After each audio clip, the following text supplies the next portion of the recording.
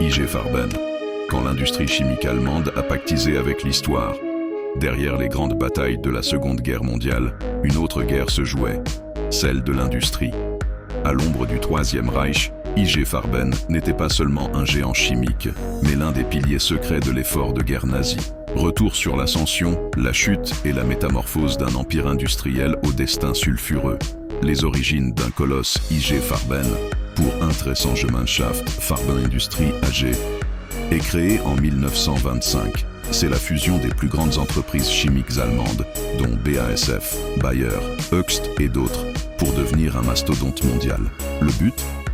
Dominer la chimie, la pharmacie et l'industrie des colorants, à l'époque secteur stratégique de l'économie allemande.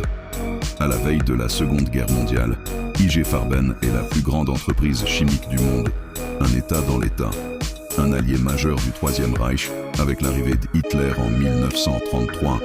IG Farben voit une opportunité historique, celle de devenir le bras industriel du Reich. Le groupe participe activement à la production de carburants synthétiques à partir du charbon grâce au procédé Fischer-Tropsch, à la fabrication de caoutchouc synthétique indispensable pour les pneus militaires et surtout à la production massive d'armements chimiques. Pire encore, IG Farben est directement impliqué dans la construction et l'exploitation d'Auschwitz II, connu sous le nom de Monowitz, un camp de travail forcé construit pour alimenter son immense usine de caoutchouc et de carburant. Des milliers de déportés sont utilisés comme esclaves industriels dans des conditions épouvantables pour enrichir IG Farben. Le Zyklon B, l'héritage empoisonné IG Farben via ses filiales, est également impliqué dans la production du Zyklon B, le gaz utilisé pour les exterminations de masse dans les chambres à gaz. Même si l'entreprise prétendra plus tard ne pas avoir sciemment participé à l'Holocauste, les preuves de sa connaissance des usages de ces produits sont accablantes. Après la guerre, procès et renaissance.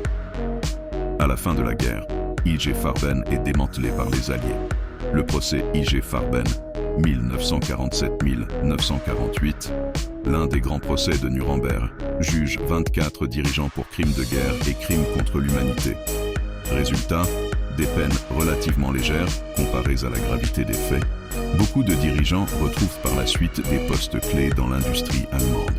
IG Farben est officiellement dissoute en 1952, mais ses anciennes composantes renaissent rapidement sous de nouveaux noms, BASF, Bayer, Hoechst, qui deviendront des géants mondiaux. Encore aujourd'hui, quand l'industrie choisit son camp, l'histoire d'IG Farben illustre avec brutalité comment l'appât du profit peut transformer l'industrie en complice du pire. Elle rappelle aussi que certains empires industriels modernes reposent sur des fondations bien plus sombres qu'on ne l'imagine.